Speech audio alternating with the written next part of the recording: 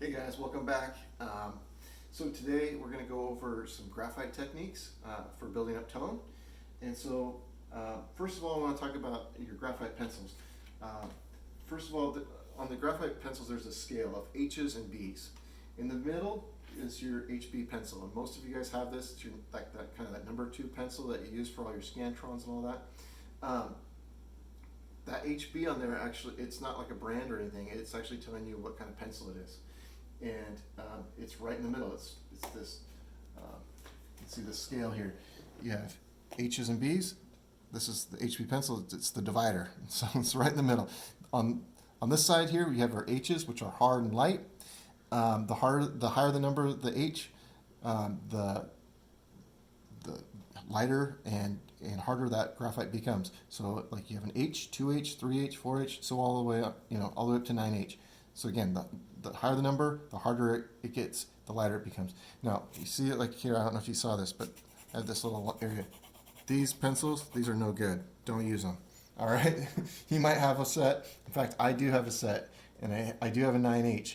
These are just weapons. They're not really practical for anything else, okay? So just tuck it under your bed at night in case someone breaks in, okay?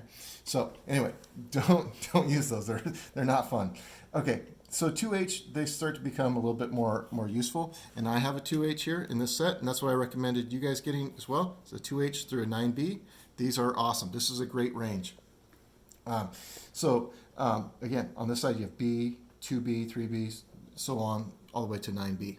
Okay, now these are great. In fact, I have an ebony too, which is like a 9B plus or 10B. So those are all very useful. And the higher the number of the B, the more awesome it is. That's very soft and dark. The B stands for black, and so there's also an F pencil, and it's basically just a fancy HB. I think that's what the F means. It's just for fancy. No, I think it means you can sharpen it to a fine point. Not exactly sure. It's an F. It just gets an F for not making it onto the HB scale.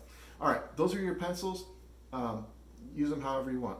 Okay, next, just kind of going over some techniques. There's hatching. Like we've talked about. The more you hatch in an area, the darker that area becomes. Cross hatching.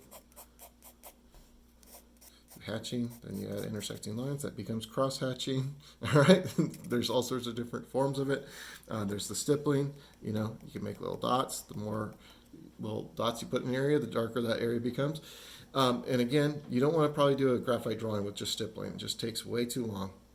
There's the smudging, and I've already smudged a lot. This is my 3rd time recording this video. I want to do it shorter, so I've already used these my spaces up. But you can just see, you just smudge the charcoal, or excuse me, graphite, with like a blending stump or a blending stick, or you can use your finger. I caution you against using your finger because there's oils and stuff on there. But here, let's bring that over here so you can kind of see. Blend it. It's really practical. It's very cool that you can kind of move that graphite around. There's cross contour lines. Again, this just kind of goes along with the hatching and cross hatching. You can just hatch or cross hatch within the cross contour. There's this kind of gradual like building up with even pressure. So maybe it just kind of back out here just a little bit. So some of these, if you're going to do like the cross contour, and again, the cross contour is imaginary lines that are going across the surface of the object. So you can imagine like these lines would be kind of like going down and around. Or you can even just see like on here, it's like there's this line that goes around here. It doesn't just go straight across, it bends like in perspective. So you can just see like it kind of bends and goes down and around. Okay, so that'd be like cross contour. So if you had more of them, they'd go down and they'd bend around that way too. You can almost think of these like latitude and longitude lines on the globe.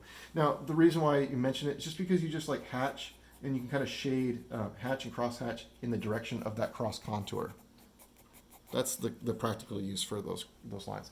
And then, the gradual like building up. This is just like kind of where you just like use tone.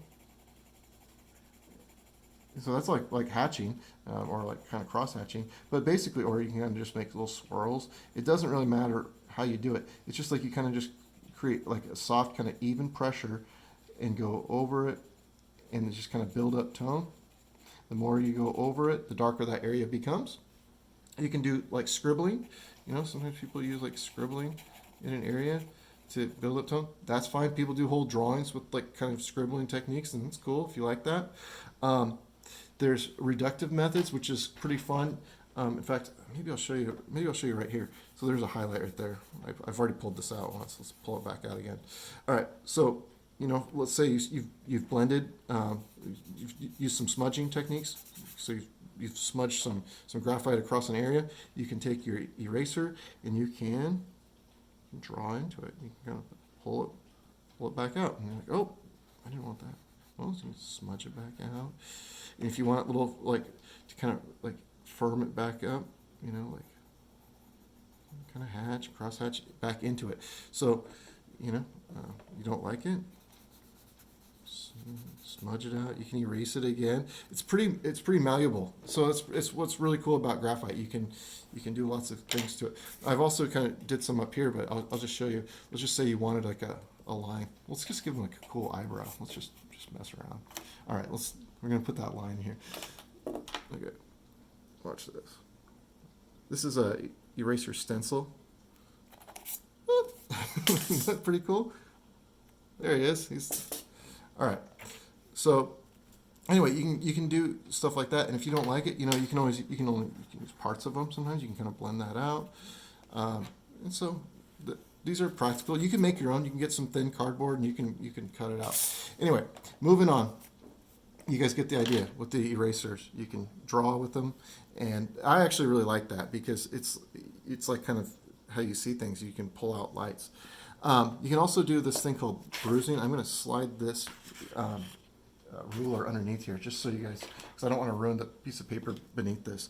But if you just grab like a 2H here. Okay. I'm going to press down pretty hard. Now, a lot of times beginners use, like when they draw, especially when they draw with like those H's, oftentimes they just press down too hard. It's almost like, when you're 16 years old and you get in the car for your first time and you press on the accelerator and you and your mom go flying back in your seats or something. That's what I did to my mom in her Chevy Blazer. But now it's like you get in the car and go flying because you know how hard to press.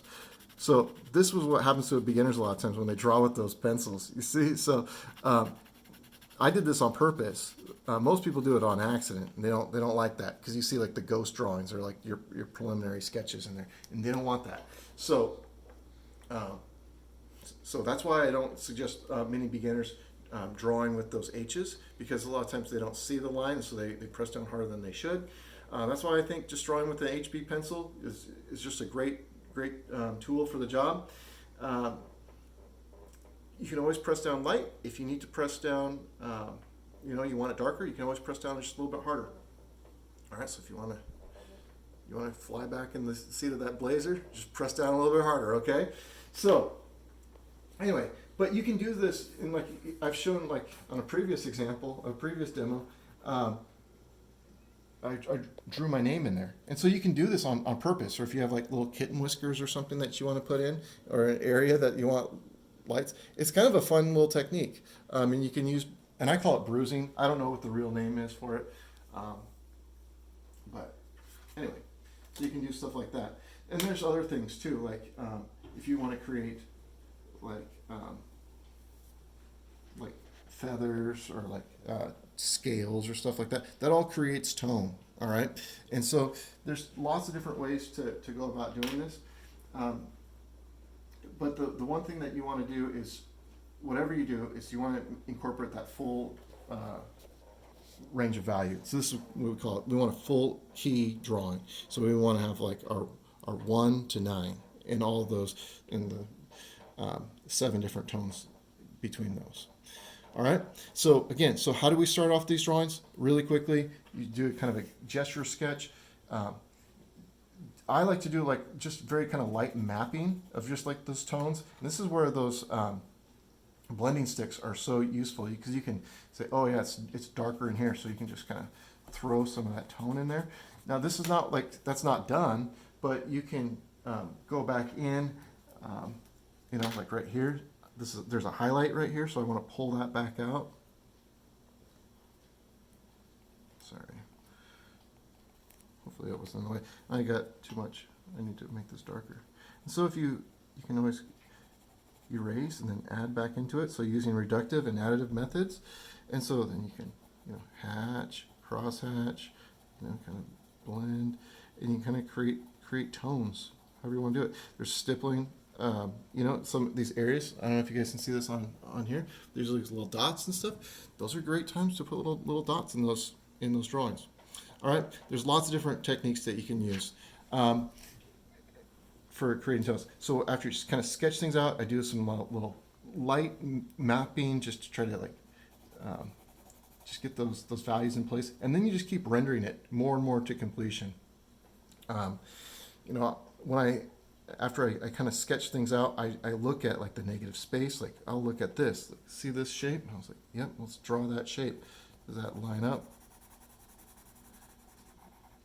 Really, check between proportions, like from this angle to that angle, do those line up?